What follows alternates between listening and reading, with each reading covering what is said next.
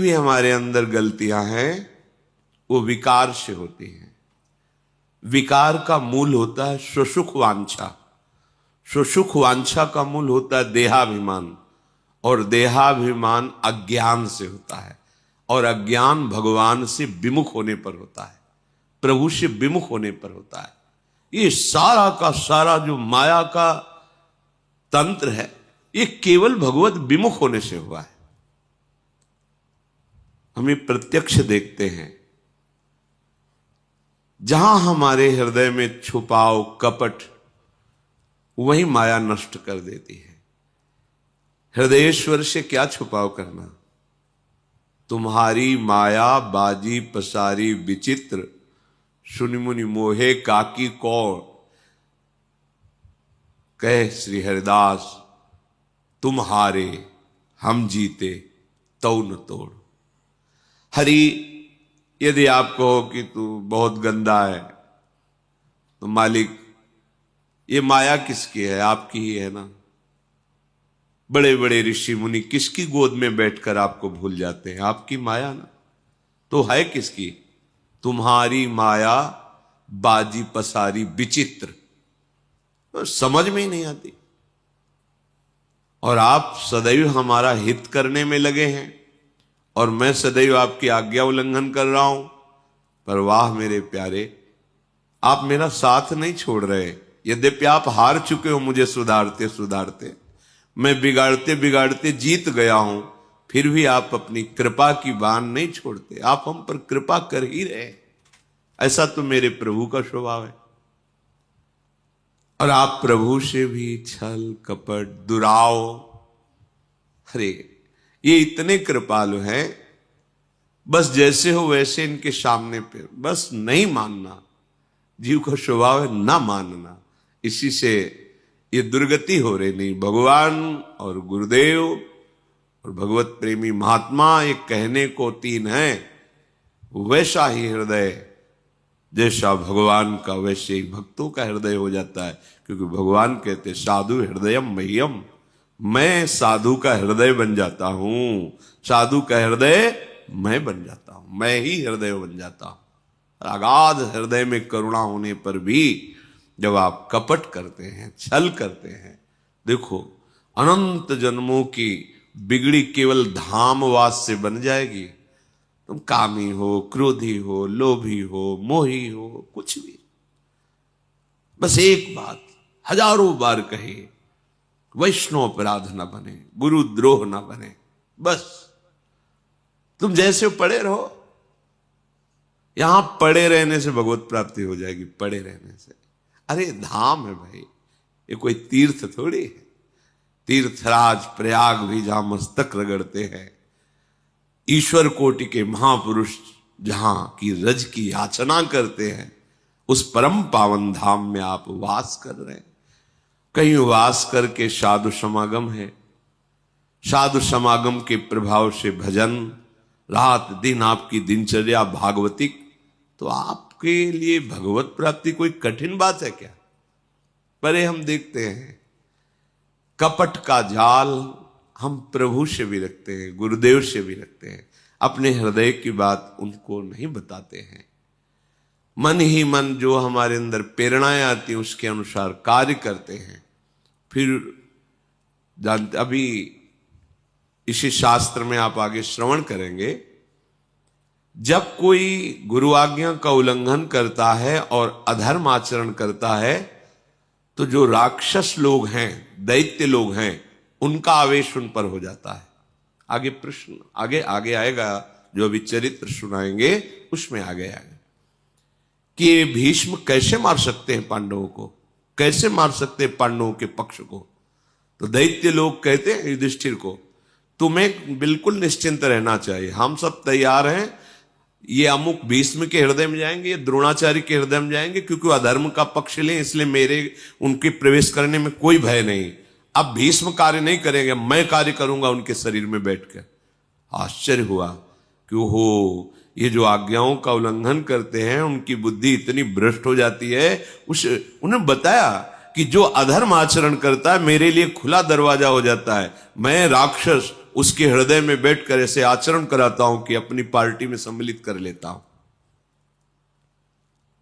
बोले तुम्हारी बुद्धि क्यों काम, क्योंकि वो आविष्ट हो चुकी है, असुरों से आविष्ट, आसुर भाव वहां प्रकाशित हो गया है। बार बार कहते हैं केवल बात मान लो, कोई नहीं छू पाएगा, जीते विनायक शुभ अशुभ, विघ्न करे नहीं कोई। पर बात क्या, प्रभु से भी छल, सामने कुछ और चेहरा, पीछे कुछ और चेहरा।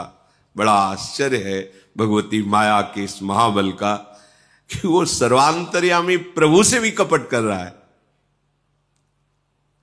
रोज सत्संग सुन रहे हो तो हम आपसे प्रार्थना करते हैं, किसी और से कहने की जरूरत नहीं, जैसे हो वैसे के वैसे प्रभु से प्रार्थना करो, उनको अपने हृदय की बात बताओ, उनके सामने रो, गुरुजनों से बात बताओ, रो। वो कहे या ना कहे ठीक हो जाएगा, अपने आप ठीक हो जाएगा। इनके दरबार की ऐसी महिमा ही है कि वो कहे जाओ ठीक हो जाएगा, ये कहने की जरूरत नहीं, अपने आप ठीक हो जाएगा। पर हम कपट करके उनके पूछने पर भी, उनकी आज्ञा पर भी अपने मन को उत्साहित करके परमार्थ भ्रष्ट आचरणों को करते हैं तो आसुर भाव प्रकट हो जाता है, कुछ समझ में ही नहीं आता, और जब समझ आई तब समझने लायक नहीं रह जाता। इसलिए रोज सत्संग सुनते हो, आप सबसे प्रार्थना है कि आप जो अधर्माचरण करेंगे उसका फल तो न्यून हो सकता है माना, पर इन दैत्यों का, इन असुरों का प्रवेश करने का रास्ता बन जाएगा। ये आसुर भाव, ये राक्षसी भाव तुम्हारे अंदर आकर फिर वो कृत्य कराएगा जो तुम बाद में कहोगे कि मैंने किया ही नहीं, पता नहीं कौन मेरे से करवा लिया। ये शास्त्र के रहस्य की बात बता रहे हैं आपको। इसलिए बहुत सावधान, बहुत कीमती जन्म है। सत्संग में बार बार कहते हैं सावधान हुए तो धाम भी छूट जाएगा, श्री जी के चरणारविंद का आश्रय छूट जाएगा, जीवन निरर्थक हो जाएगा। नहीं मानना, अहंकार इतना बैठा हुआ है कि बस वासना के प्रवाह की तरफ ही बहाए लिए जा रहा है। अरे डूबने वाले को एक तिनके का सहारा बहुत बड़ा होता है, फिर तुम्हें तो लाडली जो का सहारा मिला है, बहुत समुद्र में कैसे डूब सकते हो? गुरुदेव का सहारा मिला, कैसे डूब सकते हो? पर तुमने तो सहारा नहीं, सहारा तो लिया भोगों का, छल का, कपट का सहारा लिया, डूब जाओगे। सत्संग सुनो, उसे आचरण में उतारो और मन से लड़ना सीखो। ये मन से जो तुम हार रहे हो, इसमें तुम्हारी कमी है। तुम इतना दुलार मन को क्यों करते हो? थोड़ा प्यार तो प्रभु से कर लो, प्रभु के नाम से कर लो, प्रभु के जनों से कर लो, प्रभु की बात पर कर लो। अनंत जन्मों से इसी मन का दुलार करते रहे हो, इस जन्म में थोड़ा तो समझ जाओ। पर वो समझना नहीं, अपनी समझ को वासना के हाथ समर्पित कर दिया तो कैसे समझ पाओगे? उपासना के हाथ समर्पित कर दो, अभी ठीक हो जाओगे, अभी समझ जाओगे। कुछ ठीक नहीं होना, बस स्वीकृति बदल देनी। जहां स्वीकृति बदली तुम विजय प्राप्त कर लोगे। न तुम स्त्री हो, न पुरुष हो, भगवान के अंश हो, प्रियाजू के निज जन हो, ये कहां स्वीकृति?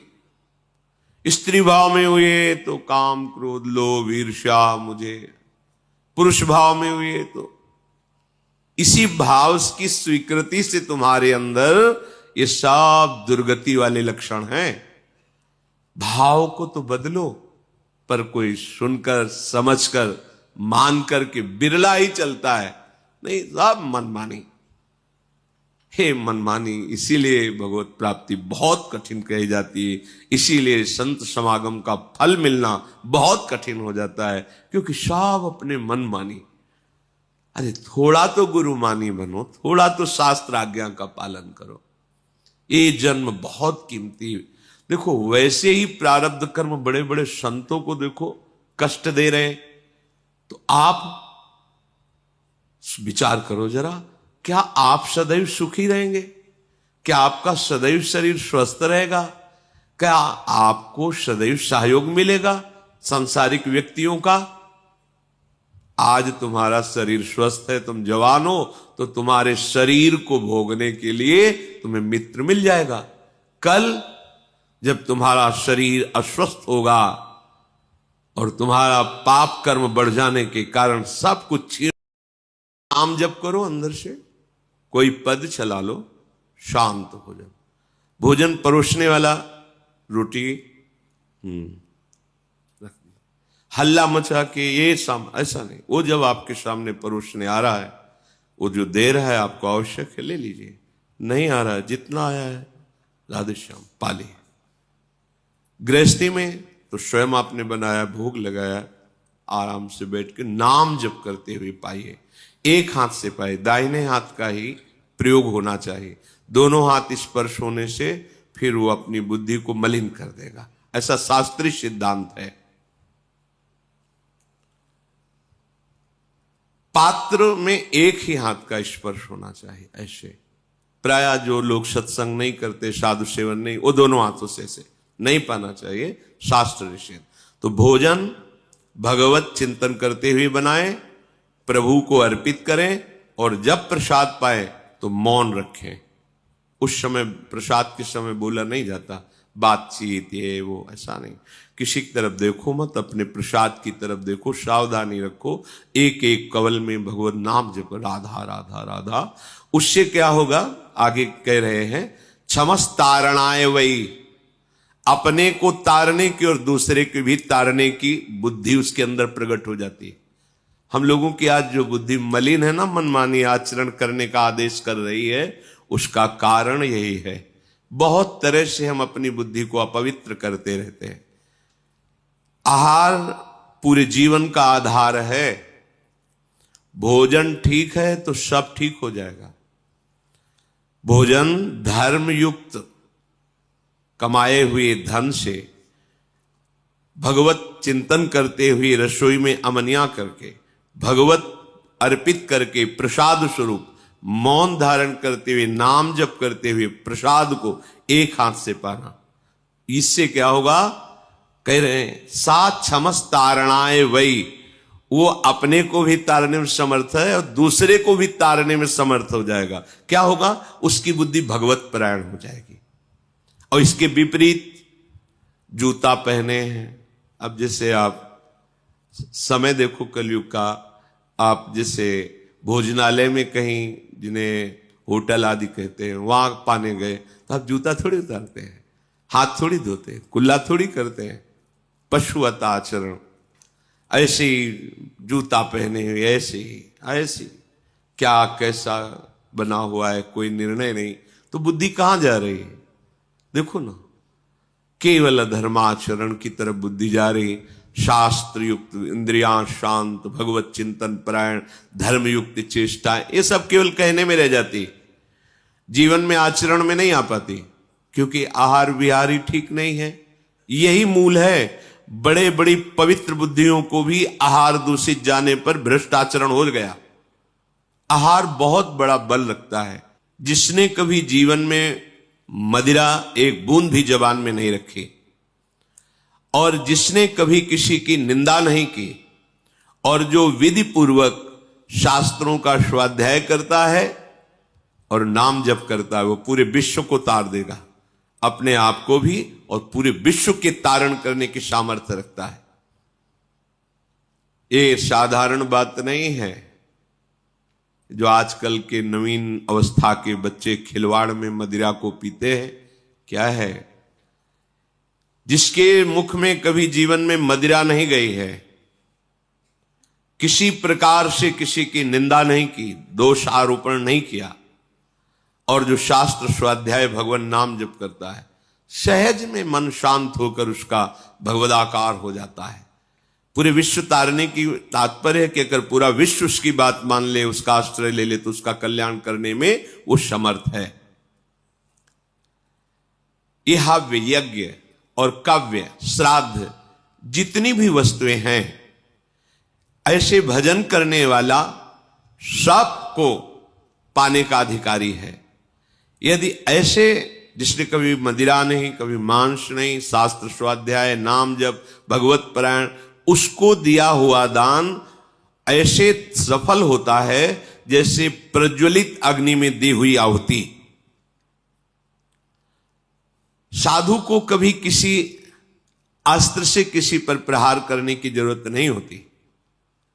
मन्यु प्रहरणा विप्रा न विप्राहा शस्त्र योधिना निहन्युर्मन्युना विप्रा वज्रपाणिरिवासुरान। साधु का अस्त्र है क्षमा। वो किसी लोहे या धातु से बने हुए हथियारों को पास रखकर उनसे प्रहार नहीं करता। जैसे त्रिभुवनपति इंद्र के हाथ में वज्र विराजमान है और जिस पर प्रहार करें अमोघ है, ऐसे साधु का असंतुष्ट हो जाना अपराधी को नष्ट कर देता है। अस्त्र की जरूरत नहीं, मारने की जरूरत नहीं, मुस्कुराने की जरूरत है। ध्यान रखना, अगर कोई साधु नाराज होकर तुम्हारे अपराध पर तुम्हें कटुवचन बोल दे, दंड विधान कर दे, तो जय मनाना, भगवान तुम्हारी जय हो, तुमने निर्मल कर दिया। और अगर वो मौन होकर के निकल जाए तो घबरा जाना, फिर तुम्हें कोई नहीं। वो वज्र जैसे अमोघ, ऐसे यहां कह रहे हैं। वज्रपाणि रिवासुरान निहन्युर्मन्युना विप्रा। वो उपासक, वो साधु, इसी को भगवान में संकेत करते हैं शंकर जी कि उमा क्षमा सापहुते भारी अपने कर्म जाए अपकारी। भगवत मार्ग के उपासक को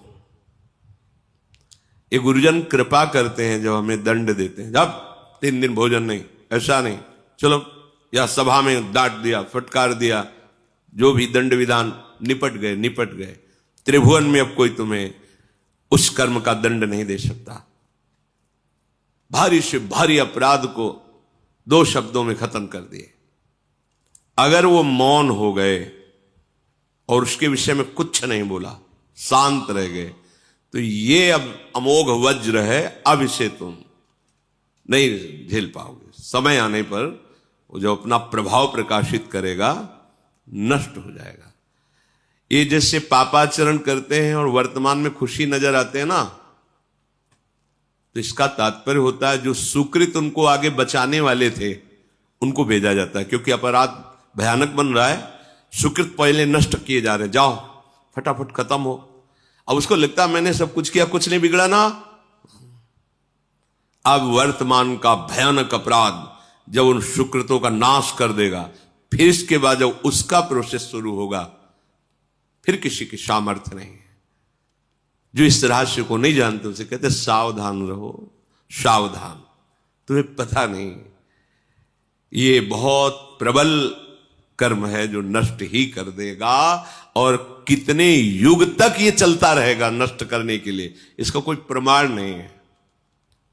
संत द्रोही, गुरु द्रोही, भगवत द्रोही कहीं भी ठौर नहीं, कहते ना इनके नरक में भी ठौर नहीं मिलेगा। तो वास्तविक नरक में भी ठौर का तात्पर्य कि जो नारकी जी दंड भोग रहे हैं वो और दंड देते हैं कि तू तो हमसे भी गिरा हुआ है। मन्यु प्रहरणा, तुम्हें प्रहार करने की जरूरत नहीं है। युधिष्ठिर जी कहे जो साधु हैं, जो उपासक हैं, भगवत मार्ग के पथिक हैं, वो किसी बाहरी अस्त्र का प्रहार नहीं करते। वो क्षमा, तुम्हारा मंगल हो, ये उनके हृदय। पर उनका कर्म जो है, भगवान कपिल देव जी ने जा भस्म हो जाए ऐसा थोड़ी कहा सगर के 60,000 पुरखों को। वो बस उद्दंडता उन्होंने की, किसी ने अश्व को उनको आश्रम में बांध दिया और समाधिस्थ थे। ये चोर है फिर समाधि का नाटक करता है, ऐसा उद्दंडता, उनके तेज ने उनको भस्म कर दिया। उन्हीं के उद्धार के लिए भगीरथ जी गंगा जी को लाए थे। उन्होंने थोड़ी कहा कि जा भस्म हो जाए, ऐसा नहीं, उनके तेज ने भस्म कर दिया।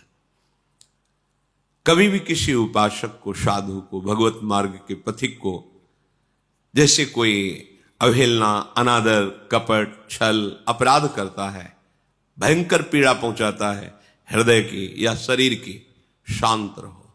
राधा राधा राधा, स्वामिनी जी जैसा विधान करे, हमें ये मानना है कि हमारा कोई पवित्र विधान किया जा रहा है, मंगल, हमें चुपचाप सह जाना है।